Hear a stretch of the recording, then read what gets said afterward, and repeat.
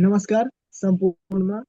आज हामी फेरि उपस्थित भइसकेका छौँ र आज हामी लोकसेवामा लोकसेवा पास गर्नको लागि कति घन्टा पढ्ने, कसरी पढ्ने र टाइम म्यानेजमेन्ट कसरी गर्ने र कति घन्टा पढेर लोकसेवा हामी पास गर्न सक्छौँ भन्ने विषयमा आज हामी यो भिडियो बनाउँछौँ।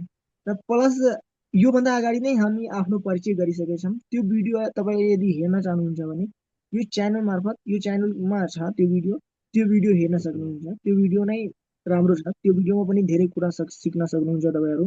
र आजको टपिकलाई अगाडि बढाउनको लागि म गोकर्ण सरलाई अनुरोध गरेँ। गोकर्ण सर, आफ्नो अनुभव सुनाइदिनु त। लोकसेवा पास गर्नको लागि कति घन्टा पढ्नुपर्छ र कुन कुन समयमा पढ्ने र कसरी पढेर पास गर्न सकिन्छ भन्ने बारेमा आफ्नो अनुभव सुनाइदिनु। ए हस्, धन्यवाद सर तपाईँको होस्टिङको लागि। I really appreciate your hosting. र टपिक भनिसक्नुभयो। लोकसेवा प्रिपरेसनको सन्दर्भमा टाइम म्यानेजमेन्ट कसरी गर्ने अथवा कति पढ्ने, स्पेसल्ली लोकसेवा जागिर खानाले कति पढ्नुपर्ने हो, 10-12 घन्टा पढ्नै पर्ने हो कि होइन कि भन्ने विषयमा आज हामी चर्चा गरौँ। र यसमा अब विशुद्ध हामीले गफ भन्दा पनि आफ्नो अनुभवमा, म स्पेसल्ली आफ्नो अनुभवमा रहेर बोल्नेछु र त्यसपछि तपाईँले पनि अनुभव सुनाउनु हुनेछ। र म विषय प्रवेशतिर लागेँ। टाइम म्यानेजमेन्ट कसरी गर्ने अथवा कति घन्टा पढ्ने भन्ने विषयको हाम्रो यो टपिक छ। एकदम सान्दर्भिक टपिक पनि हो। धेरैलाई कन्फ्युजन पनि हुन्छ, कति पढ्ने, राति पढ्ने कि दिउँसो पढ्ने कि बिहान पढ्ने कि बेलुका पढ्ने कि यो अनेक कन्फ्युजन हुन्छ। त्यो त्यो त्यो चरणहरू तपाईँ हामीले पनि पास गरी आएको सन्तोष सर। त्यो भएर त्यो कन्फ्युजन सबै हुन्छ। तपाईँहरूको पीडा हामी बुझ्दछौँ के कस्तो हुन्छ भनेर। र ती पीडा सम्बोधन हुने गरी आज हामीले यो कुरा सबै कुरा भन्छौँ। मलाई लाग्छ केही हदसम्म तपाईँलाई धेरै हदसम्म सिकाइ हुनेछ। र सर्वप्रथम म अब के भन्छु भन्दा जस्तो पढ्ने कति घन्टा म भन्छु। पढ्ने कति घन्टा भने सक्नुहुन्छ जस्तो म यति घन्टा पढ्नुहोस् उति घन्टा पढ्नुहोस् म भन्दैन। तर म कस्तो मेरो प्लान कस्तो थियो भन्दा म बिहान आवश्यकता अनुसार राति जति हुन्छ म आफूलाई फेवर हुने टाइममा सुत्ने र फेवर हुने टाइममा उड्ने गर्थेँ होइन। हेर्नुहोस् है म कति घन्टा पढ्थेँ अब यसो थाहा हुन्छ। मेरो दिनको दिउँसोको टार्गेट हुन्थेन, म यति घन्टा पढ्छु भन्ने मेरो टार्गेट हुन्थेन।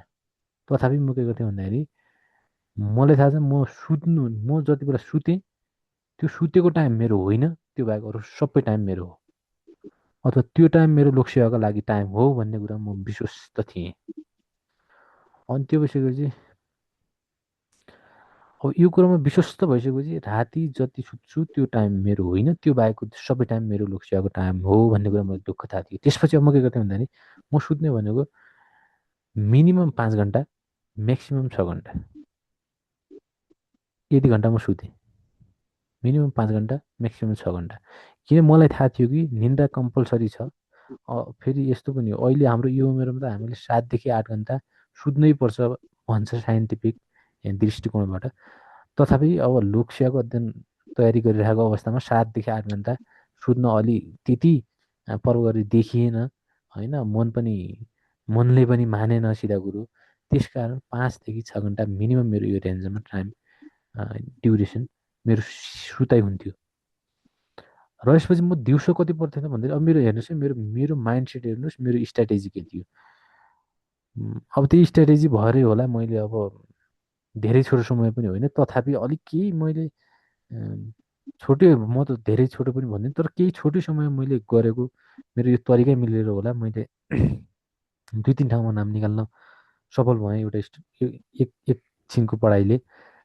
त्यो भएर मैले भन्न खोजेको यहाँ अब यसो यसो गरेँ भन्न खोजेन कि जस त्यो कुराले मलाई सफलता दिलायो होला, मलाई त्यस्तो लाग्छ। त्यो कुरा पनि सिक्नुहोस्। भन्नको मतलब मेरो माइन्डसेट कस्तो थियो त भन्दाखेरि म राति 5 घन्टा जसरी हुन्छ सुत्ने अथवा 6 घन्टा सुत्ने र दिउँसोको टाइम सबै युटिलाइज गर्ने। अब मलाई मतलब भएन यहाँ कति घन्टा छ के छ, मलाई मतलब भएन। जस्तो 24 घन्टामा हामीसँग म कति 5 घन्टा मैले सुतेँ भने र 6 घन्टा मैले सुतेँ भने कति घन्टा बाँकी रह्यो हामीसँग? 19 घन्टा रहेछ। ल 18-19 घन्टा रह्यो। हो 18-19 घन्टा मसँग हुन्थ्यो। त्यो 18-19 घन्टामा पनि अब हामी 18-19 घन्टा हामी युटिलाइज गर्न सक्दैछौँ। किन? खाना खानु पर्यो, यता जानु पर्यो, उता जानु पर्यो, कहिले के काम पर्ला होइन, अनेक होला। त्यसैले हामी फ्रेस हुनु 18 पर्यो। घन्टा सक्दैनौँ। तर हाम्रो स्ट्राटेजी त्यो हुनु पर्यो कि हाम्रो माइन्डसेट यो हुनु पर्यो कि मैले त्यो मसँग भएको 18 घन्टामा म्याक्सिमम् जति सक्छु म पुर्याउँछु भन्ने त्यो माइन्डसेट चाहिन्छ नै। मेरो माइन्डसेट पनि त्यही हो, त्यही थियो। अब मैले त्यसै गफ बनाएको छैन, म रियालिटी गरेको जे हो त्यही मैले हो। यो माइन्डसेट हुन बित्तिकै तपाईँ अब 18 घन्टा तपाईँसँग छ, त्यो 18 घन्टा पढलाई जति सक्दो बढी पुर्याउनुलाई तपाईँ पढिरहनु भएको छ भनेपछि तपाईँ अब अलिकति इनर्जाइज, अलिकति जोसिलो, अलिकति निन्द्रा पुगेको पनि हुनुपर्दछ। त्यसैले त मैले राति 5 देखि 6 घन्टा सुत्नुहोस् भन्नको कारण त्यो हो। त्यसैले तपाईँ अब राति 5 देखि 6 घन्टा सुत्नुभयो भने तपाईँ दिउँसो त्यो बाँकी रहेको टाइममा मजाले कुनै अल्छी नलागेर, कुनै आलस्य नलागेर तपाईँले मजाले पढ्न सक्नुहुन्छ। त्यसैले तपाईँ कम्तीमा 5 देखि 6 घन्टा सुत्नुहोस्। त्यो बाहेक अलावा तपाईँसँग दिउँसो भएको टाइम म्याक्सिमम् युटिलाइज गर्नुहोस्। सिधा कुरो यति जान्नुहोस्। अब यसरी 18 घन्टामा तपाईँले टार्गेट गरेर पढ्नुभयो भने तपाईँले मिनिमम पनि 10 देखि 12 घन्टा पढ्न सक्नुहुन्छ। र 6 घन्टा एक्स्ट्रा गयो भने 10 देखि 12 घन्टा तपाईँ मिनिमम पढ्न सक्नुहुन्छ होइन। यसरी तपाईँ अहिले अब यस्तो पनि छ, अहिले लोकसेवा बजारमा तपाईँको दिनमा 5 घन्टा पढ्ने मान्छे पनि भेटाउनु मुस्किल छ। तर तपाईँले दिनमा मिलाएर 10 घन्टा पढिदिनु भयो भने तपाईँ अरूभन्दा 2 स्टेप फरवार्ड अथवा 2 गुणा अगाडि हुनु भएन भनेपछि अब तपाईँको सफलता प्राप्त गर्ने हिस्सा पनि 2 गुणा फरवार्ड हुन जान्छ। हो, यसरी सोच्नुहोस्। अब अर्को कन्फ्युजन मैले त भने अब राति 5 घन्टा सुत्ने भने अब धेरैको भने के पनि हुन्छ, रातभरि पढ्नै पर्छ लोकसेवा निकाल्नलाई भन्ने कुरा हुन्छ। त्यो मलाई त्यो त्यति प्रभावी लागेन। आफूलाई जुन फेभर हुने त्यो अनुसार गर्ने हो गर्न त। तैपनि म त राति सुत्ने, मजाले सुत्ने, तर 5 घन्टा 6 घन्टा सुत्ने। त्यो बाहेक अलावा मेरो स्पेसलमा राति सुत्ने, दिउँसो पढ्ने। र अब हेर्नुहोस् है, अब मान्छे अनुसार फरक हुन्छ फेरि। अब यहाँनिर अब तपाईँ जति बेला सुन्नुहोस् 5 घन्टा पुर्याउनुहोस्, 6 घन्टा पुर्याउनुहोस्, त्यहाँभन्दा बढी नपुर्याउनुहोस्। जस्तो तपाईँ राति, अब कसको पनि कस्तो हुन्छ भन्दा राति बस्नै नसक्ने, निन्द्रा लागिहाल्ने, कोही बिहान उठ्नै नसक्ने हुन्छ। यस्तो 2 किसिमको मान्छे हुन्छ। कोही राति बस्नै नसक्ने, कोही बिहान उठ्नै नसक्ने। अब यस्ता मान्छेहरूले कसरी गर्नु पर्यो त भन्दाखेरि टाइम म्यानेजमेन्ट, तपाईँ राति बस्न सक्नुहुन्न भने जति 10 बजीसम्म सुत्नुहोस् ल, 10 बजी सुत्नुहोस्। अब 10 बजी सुत्दाखेरि बिहान 5 घन्टा सुत्नलाई कति 3 बजीतिर उठ्नुपर्ने भयो, 6 घन्टा सुत्ने भए 4 बजी उठ्नुपर्ने भयो होइन। यो तपाईँ राति धेरै बस्न सक्नुहुन्छ, तपाईँ 10 बजे सुत्नुहोस्, तर बिहान 3 देखि 4 बजी उठ्नुहोस्। यदि तपाईँ राति बस्न सक्नुहुन्छ भने राति बस्न सक्नुहुन्छ, बिहान उठ्नै सक्नुहुन्न। अब भने त्यसरी आफूलाई त्यसरी मोड्नुहोस् ताकि तपाईँको त्यो खराब बानीले तपाईँलाई ह्यामर नगरोस्। त्यस कारण तपाईँ बिहान उठ्न सक्नुहुन्न भने राति तपाईँ तान्न सक्नुहुन्छ, राति तानिदिनुहोस्, 12 देखि 1 बजाइदिनुहोस्। बिहान त्यही अनुसार 5 घन्टा पुग्ने गरी तपाईँ उठ्नुहोस्। तपाईँ बिहान 6 बजीभन्दा अगाडि उठ्नै सक्नुहुन्न भने तपाईँ राति 1 बजी सुत्नुहोस्। अनि त्यसपछि बिहान तपाईँ 6 बजी उठ्दा पनि समस्या हुँदैन। यहाँनिर हो तपाईँको 5 घन्टादेखि 6 घन्टा सुत्दै होस्, जति बेला हुन्छ सुत्नुहोस्, यसरी म्यानेज गर्नुहोस्। अब फेरि यस्तो पनि होला, सिल्ली क्वेसन कसरी पनि आउला दिमागमा भने म त राति पनि बस्न सक्दैन, बिहान पनि उठ्न सक्दैन भन्ने कुरा पनि आउलान् सन्तोष सर, यस्ता कुरा पनि आउँछन् सिल्ली क्वेसन। तर यदि तपाईँसँग यस्ता प्रश्न आउँछन् भने तपाईँको लोकसेवासम्म पुग्न अलिकति गाह्रो हुन्छ कि भन्ने मेरो बुझाइ हो होइन। तपाईँ राति पनि बस्न सक्नुहुन्न, बिहान पनि उठ्न सक्नुहुन्न भने तपाईँलाई अलिक समस्या हुन्छ कि अलिक गाह्रो हुन्छ कि भन्ने कुरा म यताबाट भन्दछु। त्यो कुरा गर्नुहोस्। अब त्यस्तै गरी अब पढ्ने कति बेला भन्ने कुरा नि हुन्छ। अब अरू कुरा के पनि हुन्छ भने टाइम म्यानेज गर्ने, कोही म राति पढेको बुझ्दिनँ भन्छन्, कोही दिउँसो पढेको बुझ्दिनँ भन्छन्, कोही बिहान पढेको बुझ्दिनँ। त्यो कस्तो भन्दा तपाईँको माइन्डसेट कस्तो छ, तपाईँको इच्छा शक्ति कस्तो छ, तपाईँले बुझ्न सक्नु, तपाईँ पढ्नुहुन्छ कसरी भन्ने कुराले यस्ता कुराहरूमा धेरै मेटर राख्दछ। तपाईँ फ्रेस हुनुहुन्छ, तपाईँ एकदम चिल पारामा पढ्न सक्नुहुन्छ भने जति बेला पढ्दा पनि हुन्छ, जसरी पढ्दा पनि हुन्छ। मैले भने यसरी। त्यसैले तपाईँसँग टाइम जति छ त्यो भएको टाइमको म्याक्सिमम् युटिलाइज गर्नु। सिधा कुरो, यति घन्टा पढ्नुहोस्, उति घन्टा पढ्नु भन्ने भन्दैन। कहिले कहिले नपढ्न मिल्ने अवस्था पनि आउँछ, कसैले कहिले काम पनि आउँछ, तपाईँको बाहिर निस्किनुपर्ने अवस्था आउँछ। तर तपाईँसँग एक दिनमा जति टाइम छ त्यसको जति खर्च हुन्छ त्यो बाँकी रहेको टाइमको म्याक्सिमम् युटिलाइज गर्नुहोस्। मिनिमम यसरी गर्न खोज्नु तपाईँ 10 घन्टा प्लस हुन्छ। धेरै पनि पर्दैन, तपाईँले 10 घन्टा प्लस, धेरै भने तपाईँ 5 देखि 6 महिना पढ्नुहोस् 10 घन्टा प्लस, त्यसपछि रिजल्ट आफै आउँछ, दौडेर ढुक्क हुनुहोस्। यति भन्न चाहेँ।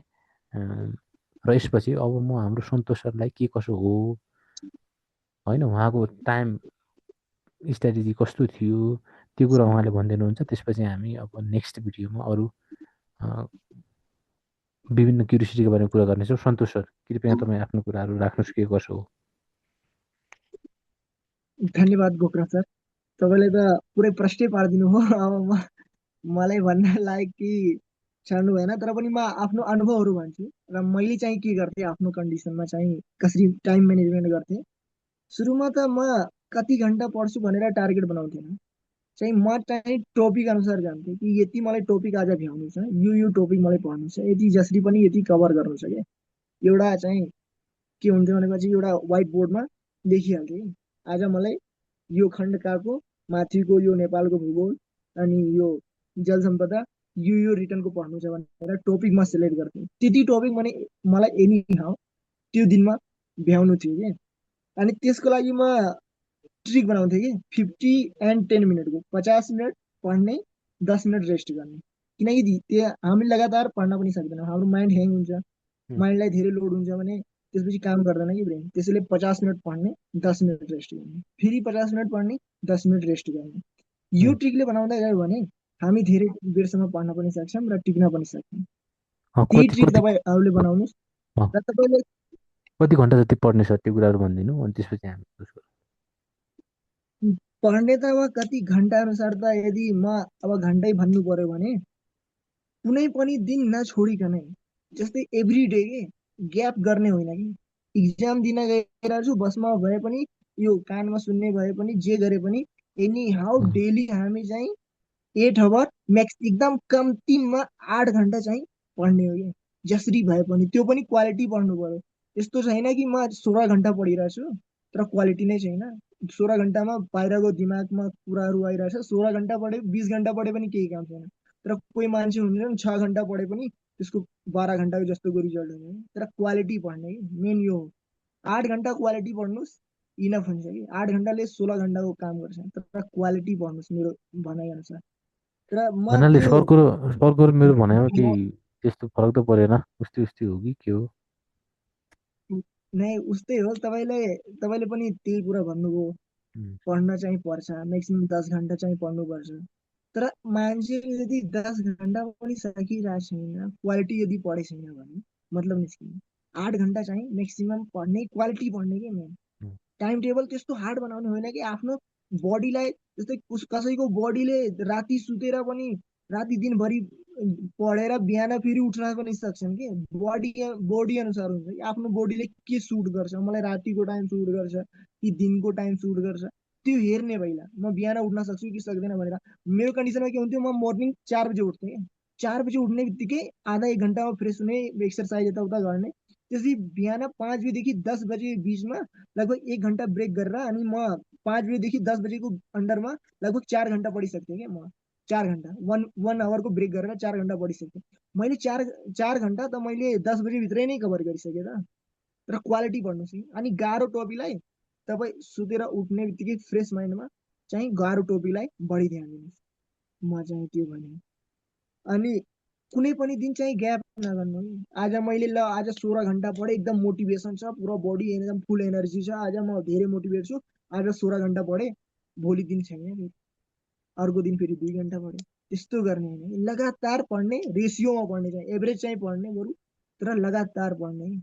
8 घन्टाको टाइम टेबल छ, टाइम टेबल धेरै हार्ड नबनाउने, नर्मल बनाउने, तर पालना गर्ने यतिको बनाउने। उम्, यति नै कुरा भने म ल अहिलेको लागि। ल, हुन्छ हुन्छ अर्को हुन्छ सन्तोष सर। अब मलाई त लाग्यो करिब करिब तपाईँका मेरो कुरा जे जस्तो घुमाए पनि करिब करिब उस्तै उस्तै हुन आएको जस्तो मलाई फिल भयो। अब हाम्रो हेर्ने साथीहरूलाई के कस्तो लाग्यो भन्नाले, तपाईँ टाइम बनाउनुहोस् नबनाउनुहोस्, तपाईँसँग फ्री भएको टाइम म्याक्सिमम् टाइम फ्री हुनुहोस् र फ्री भएको टाइम म्याक्सिमम् युटिलाइज गर्नुहोस्। त्यसको पोर युटिलाइज गर्नुहोस्। मेन कुरो टाइम, जस्तो तपाईँले पनि भन्नुभयो 20 घन्टा हुन्छ, तर 20 घन्टा तपाईँले पढेर किताब खोलेर बसेर पनि हुने बेला केही पनि छैन। तर त्यो के कसरी हेर्नुभयो, के कुरा सिक्नुभयो भन्ने कुरा धेरै मात्र राख्दछ। जति टाइम छ तपाईँसँग त्यसको क्वालिटी युटिलाइज गर्नुहोस् भन्न चाहेँ। र अब सन्तोष सर, हामी भोलि कुनै नेक्स्ट अर्को क्युरियोसिटीमा के कसो हुन्छ त्यो विषयमा ल्याउनु पर्ला। आजलाई हामी छुट्यौँ सर है। आजलाई हस् हस् हस् हुन्छ हस् हस् हुन्छ, धन्यवाद सर सर, ल हस् धन्यवाद सबैजनालाई। हस् हस् हस्।